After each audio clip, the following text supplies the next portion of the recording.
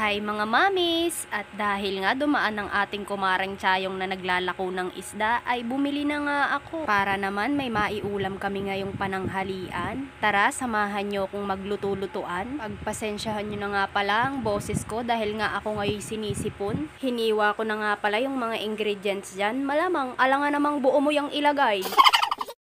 At matagal-tagal nga ang aking hiwaan serye dyan, kaya magtiis muna kayo sa sound effect. Salamat!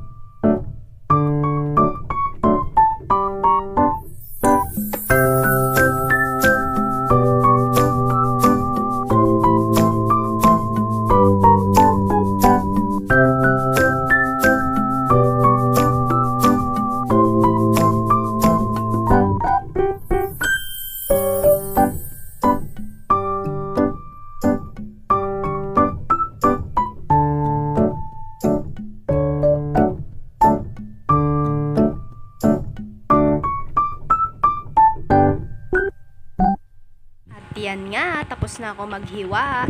Habang naghiwa nga ako kanina, ay ipinrito ko na nga pala yung mga tilapia. Simulan na nga nating maggisa. Ayoko nga ng sobrang mamantika, kaya kung nakikita nyo sa video ay parang kakaunti lang yung mantika. At yung ginamit ko nga pala, yun din yung pinagprituhan ng tilapia. Syempre, aarte pa ba? Malansa din naman yung kakainin. By the way, hindi ko nga pala nasabi kung anong lulutuin ko ngayong araw. Ako nga pala ay magluluto ngayon ng sarsyadong tilapia. Pagpasensyahan nyo na nga kung may naririnig kayong bata sa voice over ko. At ang aking anak ay nangungulit na naman, nanghihingi na naman ng dede. Ilagay ko na nga pala dyan yung tilapia pagkatas ko maggisa at nilagyan ko na rin ng konting tubig. Ihintayin lang nating kumulo bago lagyan ng pampalasa. Naglagay nga lang pala ako ng konting asin dyan at konting betchin para naman masarap. Nati ko nga lang pala dyan yung itlog. Malamang, alam nga naman kung anong binabati nyo dyan. Tayin nga lang kumulo ng kumulo at kumate ang sabaw at ready to serve na nga yung ating sarsyadong tilapia. Alam mo man nyo, marami na nga akong sinasabi sa video na to, kaya maraming salamat sa panonood. Sa susunod ulit, bye bye!